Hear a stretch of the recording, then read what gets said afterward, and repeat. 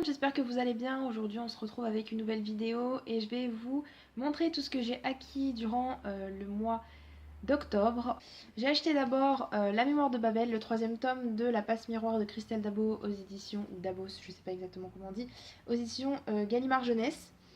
C'est un livre qui me faisait très envie depuis sa sortie, donc il est sorti il n'y a pas si longtemps que ça.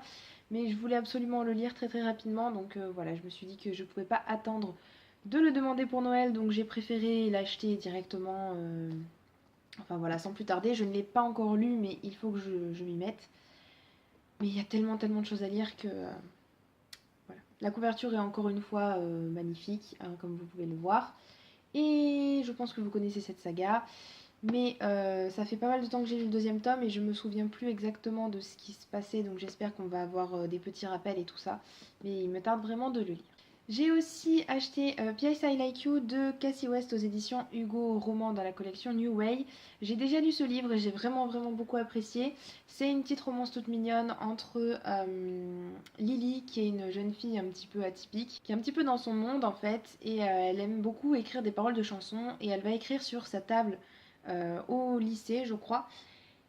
Et en fait, il va y avoir quelqu'un qui va lui répondre, et ce quelqu'un, on ne sait pas qui c'est, bien sûr, parce que sinon ce serait vraiment pas drôle, mais bon, on sait assez rapidement que c'est un garçon, et donc forcément, il va y avoir une histoire entre ces deux personnes-là. C'était vraiment super sympa, mais je vous en parle très prochainement. Et j'ai aussi acheté le dernier Nicolas Yoon, qui est The Sun is Also a Star aux éditions Bayard. La couverture est vraiment super jolie. Bon, j'ai le petit bandeau encore. J'adore la couverture, elle est super jolie. Et voilà, j'adore le livre aussi, il est très mou. Et il me tarde vraiment de le lire aussi.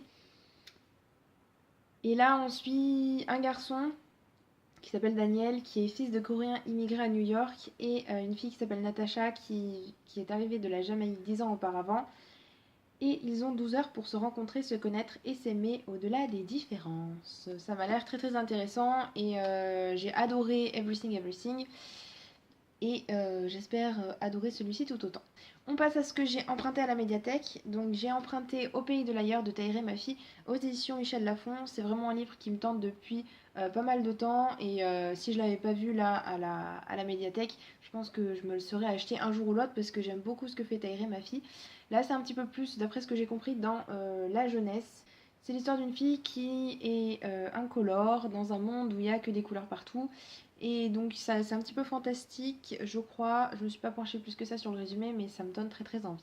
J'ai aussi emprunté le premier tome Illuminae, dossier Alexandre de Amy Kaufman et Jay Christophe aux éditions Casterman.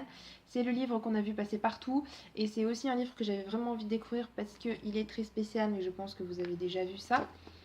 Il y a des choses un petit peu bizarres.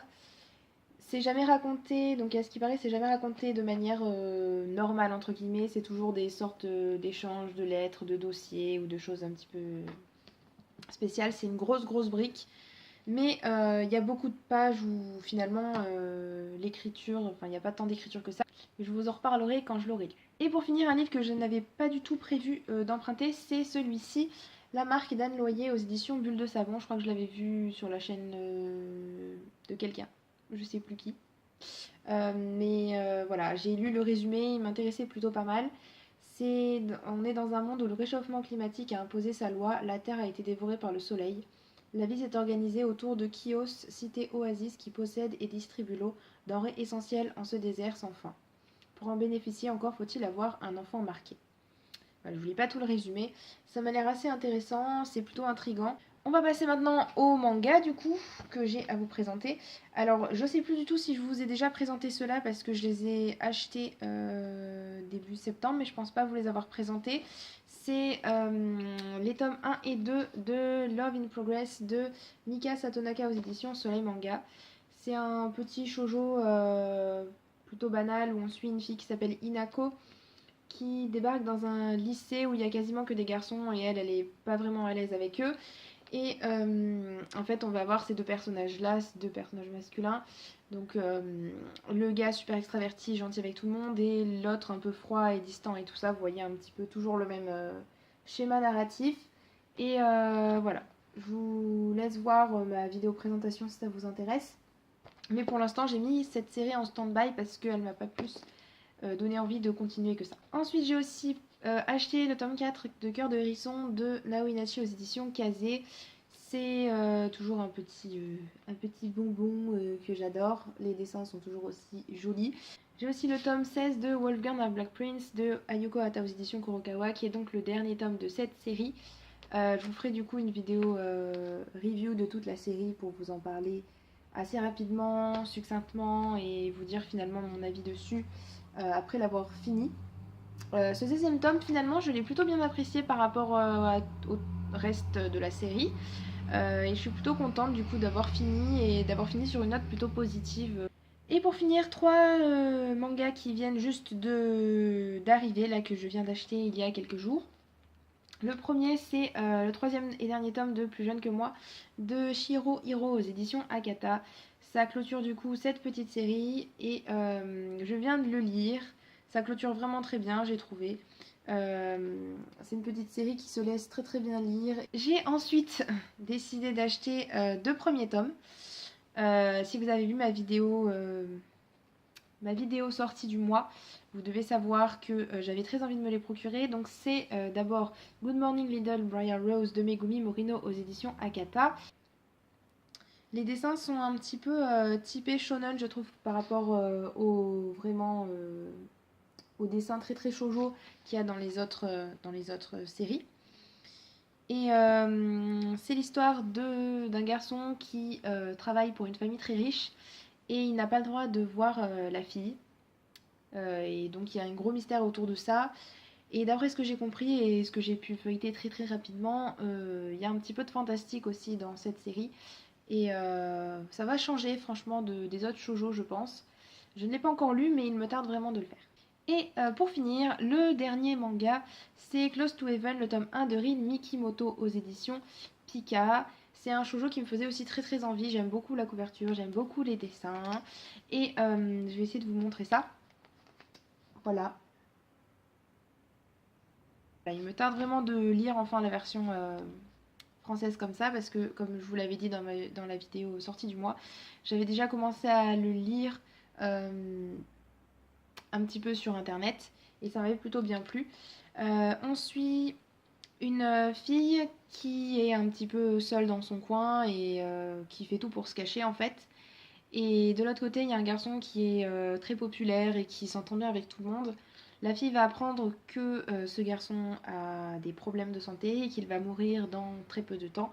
Et donc elle va tout faire pour devenir amie avec lui, pour essayer de le soutenir au maximum. Et du coup, ça a l'air d'être un petit peu dramatique et à la fois touchant et tout ça. Et donc, il me tarde aussi de le lire parce que je ne l'ai pas encore fait. Et pour finir, parce que je n'ai toujours pas fini, voilà. J'ai acheté le 2e tome de l'adoption de Zidrou et Monin, donc la BD que j'avais acheté l'année dernière. J'avais acheté le premier tome l'année dernière, je crois, ou c'était au début de cette année, je ne sais plus exactement. Mais donc c'est aux éditions Grand Angle. Et c'est une série du coup, enfin je sais pas si on peut appeler ça vraiment une série, mais il n'y a que deux tomes. Ça raconte l'histoire d'une petite fille qui est une petite fille qui vient du Pérou et qui est adoptée par des parents français. Et en fait, elle va passer pas mal de temps avec ses grands-parents et notamment avec son grand-père. On va voir sa relation avec lui se tisser et comment le grand-père va un petit peu changer en fait à ses côtés. Et j'aime beaucoup les dessins.